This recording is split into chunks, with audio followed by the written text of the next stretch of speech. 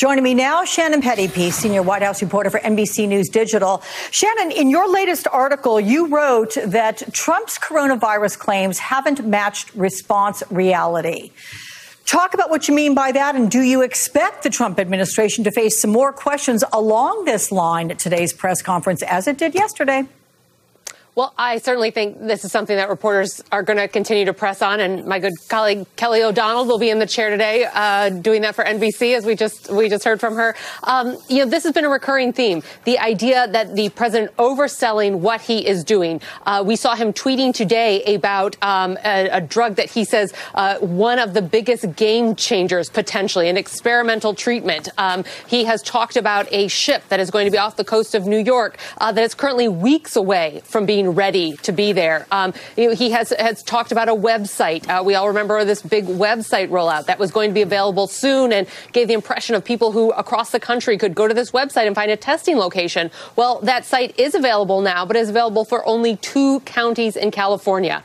And while the president has had a history and a track record throughout his administration of overhyping his accomplishments, of accelerating timelines beyond, promising everything's coming in 2 weeks and then nothing ever comes to fruition. We're now talking about a public health crisis where this is actually giving people false hope or a false sense of security to some extent. If people actually think there is a treatment out there, they're going to be going to their doctors and asking for that, when in fact this is something that is still in early stage testing and is still in the experimental phase. So that's the risk here, and that's a criticism that the president has been getting from Democrats and from public health experts as well. So certainly something we'll continue pressing on today. I'm curious, how effective is it when the president puts out something in these coronavirus task force briefings that we've been getting daily from the White House?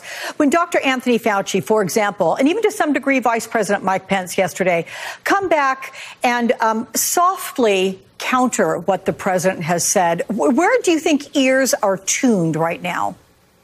Well, I mean, it just creates, one, confusion among the public, which is scared and experiencing something like none of us have experienced in our lifetime. So it creates this confusion about who to believe. But it's also the president risking his credibility here when he has to be then countered by the top infectious disease doctor in the country and even his own vice president. It's putting his credibility at risk. So far inside the White House, they've seen some good poll numbers that seem to suggest that the majority of Americans, 55%, in an ABC poll the other day, approve of the president's handling of this.